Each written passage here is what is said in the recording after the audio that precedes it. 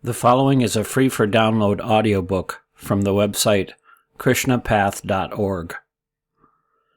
Teachings of Lord Chaitanya, Chapter 19, The Goal of Vedanta Study.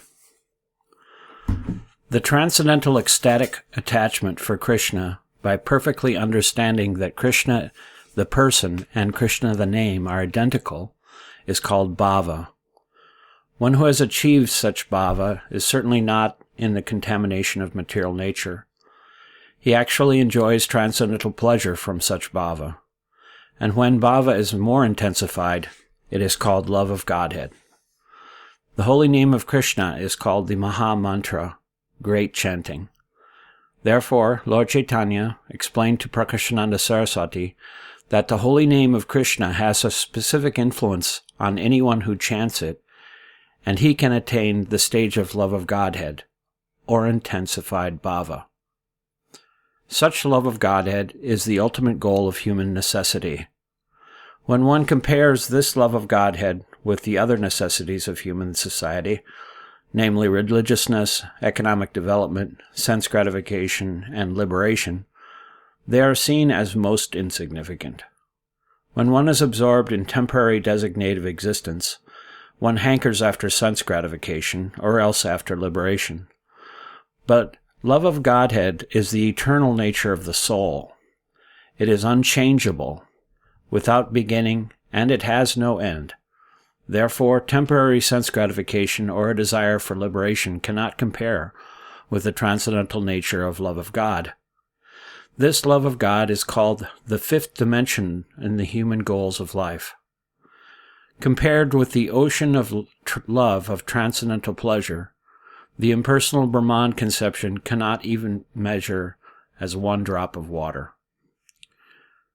Lord Chaitanya now explained that his spiritual master had confirmed the ecstatic situation of his chanting the holy name of God, and had confirmed that the essence of all Vedic literature is the attainment of love of Godhead. His spiritual master said that Lord Chaitanya was fortunate enough to have attained such a stage of love of Godhead. By attachment of such transcendental love of Godhead, one's heart becomes very anxious to attain direct contact with the Lord. And with that transcendental sentiment, he sometimes laughs, sometimes cries, sometimes sings, sometimes dances like a madman, and sometimes he traverses hither and thither. There are various ecstatic symptoms of the body: crying, changing of the color of the body, madness, bereavement, silence, feeling proud, ecstasy, gentleness, and often in the person in love of Godhead dances. Such dancing puts him into the ocean of the nectar of love of Krishna. Lord Chaitanya's spiritual master said to him, quote, "It is very good that you have attained such a perfectional stage of love of Godhead, and by your attainment I am very much obliged to you." End quote. The father becomes more enlightened when he sees his son advance beyond himself. Similarly, when the spiritual master sees a disciple advancing, he takes more pleasure in that than in his own advancement. Lord Chaitanya's spiritual master blessed him, telling him to dance, sing, and propagate this Sankirtan movement, and by instructing people about Krishna, try to deliver them from the nescience. End quote. His spiritual master taught him a very nice verse from Srimad Bhagavatam, which is from the 11th canto, 2nd chapter. Quote, "A person who is constantly engaged in devotional service to Krishna by chanting his holy name becomes so transcendently attached to the chanting that his heart becomes softened without any extraneous endeavor. In such a condition of softened heart, he exhibits transcendental ecstasies, sometimes by laughing, sometimes by crying, sometimes by singing, sometimes by dancing, not exactly in an artistic way, but just like a madman." End quote. Lord Chaitanya informed Prakashananda Saraswati, "I have full faith in my spiritual master's words, and therefore I am always engaged in the matter of chanting Hare Krishna, Krishna Krishna, Hare Hare, Hare Rama, Rama Rama, Hare Hare. I do not know how I have become just like a madman, but the name Krishna himself induces me to become so. I realize that the transcendental pleasure derived from chanting Hare Krishna, Krishna Krishna, Hare Hare, Hare Rama, Rama Rama, Hare Hare, is just like an ocean, and in comparison with all other pleasures, including the pleasure of the impersonal conception, they're like shallow water in channels, end quote. It appears from the talks of Lord Chaitanya that a person who cannot keep his faith in the words of the spiritual master and thus acts independently cannot ever attain the desired success in the matter of chanting Hare Krishna. In the Vedic literature, it is said that for one who has unflinching faith in the Supreme Lord and similar faith in his spiritual master, the import of the transcendental literature becomes revealed. Lord Chaitanya firmly believed in the statement of his spiritual master, and he never stopped his Sankirtan movement by neglecting the instruction of his spiritual master. Therefore, the transcendental potency of the holy name encouraged him more and more in chanting Hare Krishna, or the Maha Mantra. Lord Chaitanya immediately informed Prakasananda that people in general in the modern age are more or less bereft of all spiritual intellect. When such persons come under the influence of Shankaracharya's Mayavadi or impersonalist philosophy before beginning the most confidential Vedanta sutras, their natural tendency toward obedience to the Supreme Lord is checked. The supreme source of everything is naturally respected by everyone, but by the impersonalist conception of Shankara, this natural tendency is hampered. Therefore, the spiritual master of Lord Chaitanya suggested that it is better not to study the Sharirakbhasya of Shankaracharya, which is very harmful to people in general. Neither has the common man the intelligence to penetrate into the jugglery of words. He is better advised to chant the Maha Mantra, Hare Krishna, Krishna Krishna, Hare Hare, Hare Rama, Rama Rama, Hare Hare. In the quarrelsome age of Kali, there is no alternative for self-realization to the chanting of the Hare Krishna Maha Mantra. After hearing the arguments and talks of Chaitanya Mahaprabhu, all the Mayavadi sannyasis who were present became pacified and replied in sweet words, quote, "My dear sir, whatever you have spoken is all true. A person who attains love of Godhead is certainly very fortunate, and undoubtedly you are very fortunate that you have attained such a stage of love of Godhead. But what is the fault in Vedanta that you do not study it, although it is the duty of a sannyasi to read and understand Vedanta?" End quote. According to the Mayavadi philosophers, Vedanta means the Sharirak commentary of Shankaracharya. By Vedanta and Upanishads, impersonalist philosophers mean according to the commentary of Shankaracharya, the greatest teacher of Mayavadi philosophy. After Shankaracharya came Sadananda Yogi, who said that Vedanta and Upanishad should be understood through the commentary of Shankaracharya. Factually, it is not so. For the Vedanta philosophy or the Upanishads, there are many other commentaries made by the Vaishnavacharyas rather than those of Shankaracharya. Mayavadi philosophers influenced by Shankaracharya do not find any importance in the different Vaishnava philosophical understandings. There are 4 different sects of Vaishnavacharyas called the Suddhadvaita, Vishishtadvaita, Dvaita, Achintya Bheda, and all the Vaishnavacharyas have written commentaries on the Vedanta Sutra, which the Mayavadi philosophers do not recognize. Mayavadis make a distinction between Krishna and Krishna's body, and therefore the worship of Krishna by the Vaishnava philosophers is not recognized by them. Therefore, when the Mayavadi sannyasis inquired from Lord Chaitanya as to why he did not study Vedanta Sutra, the Lord replied as follows, quote, "My dear sir, you have inquired why I do not study Vedanta. In answer to this question, I may speak something, and if you won't be sorry on hearing it." End quote. All the Mayavadi sannyasis present said, quote, "Now we shall be very much pleased to hear you, because we see you are just like Narayan, and your speeches are so nice that we are taking great pleasure in hearing your words. We are very much obliged to see you and hear you. Therefore, whatever you say, we shall be very glad to accept and hear patiently." End quote. Then the Lord began to speak about Vedanta philosophy as follows.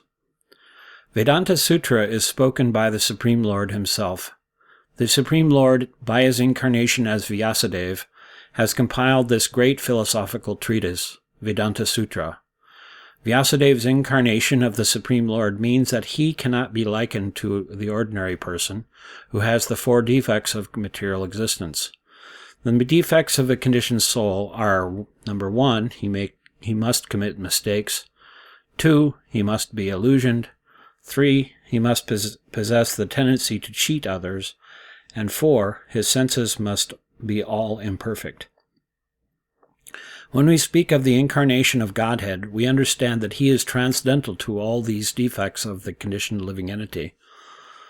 Therefore, whatever has been spoken and written by Vyasadeva is to be understood as perfect. The Upanishads and Vedanta Sutra aim at the same subject matter, the supreme absolute truth, and when we accept the import of Vedanta Sutra and the Upanishads directly, as they are stated, it becomes very glorious for us. But the commentary made by Shankaracharya is indirect and is very dangerous for the common man because, by understanding the import of the Upanishad from such an indirect, disruptive way, one becomes practically barred from spiritual realization. According to Shanka and Vyan Puranas, Sutra means a condensed form of words which carries meaning and import of immeasurable strength without any mistake or fault.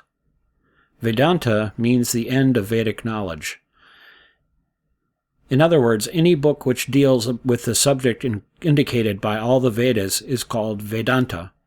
For example, the Bhagavad Gita is also Vedanta because in the Bhagavad Gita we find that the Lord says the ultimate end of all Vedic research is Krishna. Therefore, Bhagavad Gita and Srimad Bhagavatam, which aim only at Krishna, are to be understood as Vedanta. In transcendental realization, there are 3 divisions of knowledge, and they are called prasthanatraya. The department of knowledge which is proven by Vedic instruction, like the Upanishad, is called Shruti Prasthan. Authoritative books indicating the same thing and written by liberated souls like Vyas, for example, Bhagavad Gita, Mahabharata, and the Puranas, especially the Srimad Bhagavatam and the Mahapurana, are called Nyaya Prasthan. From the Vedas, we understand that the Vedas originated from the breathing of Narayan. Vyasadeva, who is an incarnation of the power of Narayan, has compiled the Vedanta Sutra. According to the Shankara commentary, there appears another name, Apantaratma Rishi, who is also credited with having compiled the codes of Vedanta Sutra. According to Lord Chaitanya, the codes of Pancharatra and the code of Vedanta are one and the same. The Vedanta Sutra, being compiled by Vyasadeva, is to be understood as spoken by Narayan himself. From the whole descriptive literature about the Vedanta Sutra, it is understood that there are many other Rishi commentaries with Vyasadeva who also discuss this Vedanta Sutra. The following sages, Atreya, Asmaratik, Adulomi, Karsharnjini, Katsakritsna, Jaimini, Badari, and other sages, such as Parashikaramandi, also discussed Vedanta Sutra. Actually, in the last 3 chapters of Vedanta Sutra, the relationship of the living entities with the Supreme Lord is explained, and in the 3rd chapter, the discharge of devotional service is explained. In the 4th chapter, the result of the relationship of discharging devotional service is explained. The natural commentary on the Vedanta Sutra is Srimad Bhagavatam. The great acharyas of the 4 sections of the Vaishnava community, namely Ramanujacharya, Madhvacharya, Vishnuswami, and Nimbarka, have also written commentaries on the Vedanta Sutra, following the principles of Srimad Bhagavatam. At present, the followers of all the acharyas have written many books following the principles of Srimad Bhagavatam as the commentary on the Vedanta. Shankara's commentary on the Vedanta Sutra, known as Sharadaka Bhashya, is very much adored by the impersonalist class of scholars, But commentary on the Vedanta from the materialistic point of view is completely adverse to the transcendental loving position of devotional service to the Lord. And therefore Lord Chaitanya said that direct commentary of the Upanishads and Vedanta Sutra is glorious, and anyone who follows the Shairak Bhasya of Shankaracharya without following the direct path is certainly doomed. Lord Chaitanya admitted that Shankaracharya was an incarnation of Lord Shiva, and Lord Shiva is one of the greatest devotees, a Mahajan of the Bhagavat school. There are 12 great authorities on devotional service, and Lord Shiva is one of them. Why, then, did he adopt the process of Mayavadi philosophy? The answer is given in the Padma Purana, where there is a statement by Lord Shiva as follows, quote, "The Mayavadi philosophy is veiled Buddhist philosophy," end quote. In other words, the void philosophy of Buddha is more or less repeated in the Mayavadi philosophy of impersonalism, although the Mayavadi philosophy claims to be directed by the Vedic conclusions. Lord Shiva thus admits that this philosophy was manufactured by him in the age of Kali as a Brahmin boy to mislead the atheist class of men. Quote, "Actually, the Supreme Personality of Godhead has a transcendental body, but I describe the Supreme as impersonal. Similarly, I've explained the Vedanta Sutra also on the same principles of Mayavadi philosophy." End quote. In the Shiva Puranam, there is one statement by the Supreme Lord. Quote, "In the beginning of the Dwapara Yuga, under my order, there will be many sages who will bewilder the people in general by Mayavadi philosophy." End quote. In the Padma Purana, Lord Shiva personally says to Bhagavati Devi, quote, "My dear Devi, sometimes I speak Mayavadi philosophy for persons who are engrossed in the modes of ignorance. But anyone in the mode of goodness who happens to hear this Mayavadi philosophy falls. In the Mayavadi philosophy, I say that the living entity and the Supreme Lord are one and the same." End quote. Sadananda Yogi, one of the great Mayavadi acharyas, has written in his book Vedanta Sara as follows, quote, "The absolute truth of eternity, knowledge, and bliss is Brahman. Ignorance and all products of ignorance are non-Brahman. Any products out of these three modes of material nature are covered by ignorance, and all are different from the supreme cause and effect. This ignorance is manifested in a collective and individual sense. Collective ignorance is called Vishnudasvata Pradhan. When that Vishnu da Sattva Pradhan becomes manifested within ignorance of material nature, it is called the Lord, and the Lord manifests all kinds of ignorance. Therefore, he is known as Sarvagya." End quote. According to the Mayavadi philosophy, the Lord is the product of this material nature, and the living entity is in the lowest grade of ignorance. That is the sum and substance of the Mayavadi philosophy. If, however, we accept directly the import of the Upanishads, it is clear that the Supreme Personality of Godhead is a person with unlimited potency. For example, in the Bidram Yak, it is stated that the Supreme Personality of Godhead is the origin of everything, and he has multiple different potencies. Quote, "The Supreme Personality of Godhead is transcendental to the cosmic manifestation of his time through his material energy, and he is the origin of all religiousness, and he is the supreme deliverer, and he is the possessor of all opulences. Let me understand the Supreme Personality of Godhead, who is just like the sun, profusely distributing his different energies, while beyond the cloud of this material cosmic manifestation. He is the master of all masters, and he is the supreme of the supremes. He is known as the greatest Lord, the Personality of Godhead. His energies and potencies are multiple, variously distributed." End quote. It is stated that Vishnu is the Supreme, and those who are saintly persons are always anxious to see the lotus feet of Vishnu. In the Aitareya Upanishad, it is also stated that the Lord glanced over the material nature, and thus the cosmic manifestation came about. This is also stated in the Prashna Upanishad. When there is a negative description of the Lord in the Vedic literature, just like Apanipada, such a mantra indicates that the Lord has no material body, and that he has no material form.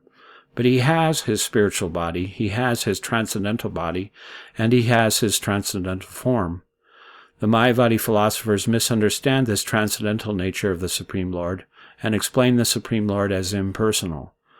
The Lord, his name, form, quality, entourage, and abode, all being in the transcendental world, how can he be a transformation of this material nature?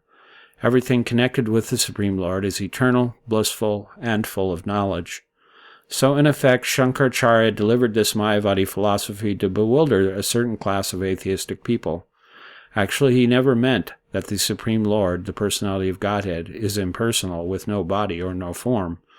Therefore, the intelligent persons should not attend any lecture on Mayavadi philosophy. We should understand that the Supreme Personality of Godhead, Vishnu, is not impersonal. He is a transcendental person. The basic principle of the cosmic manifestation is the energy of Vishnu. Mayavadi philosophy cannot trace the energy of the Supreme Lord, but in all the Vedic literature we have various evidences of the Supreme Lord's various manifestations of energies. Vishnu is not the product of the material nature, but material nature is the product of Vishnu's potency. The Mayavadi philosophy understands that Vishnu is the product of this material nature. If Vishnu is a product of the material nature, he cannot be counted as one of the demigods. One who accepts Vishnu as one of the demigods is certainly mistaken and misled. And how he is misled is explained in the Bhagavad Gita. Quote, "My material energy is so powerful that it is very difficult to surpass the spell of material nature, even for the greatest scholar." End quote.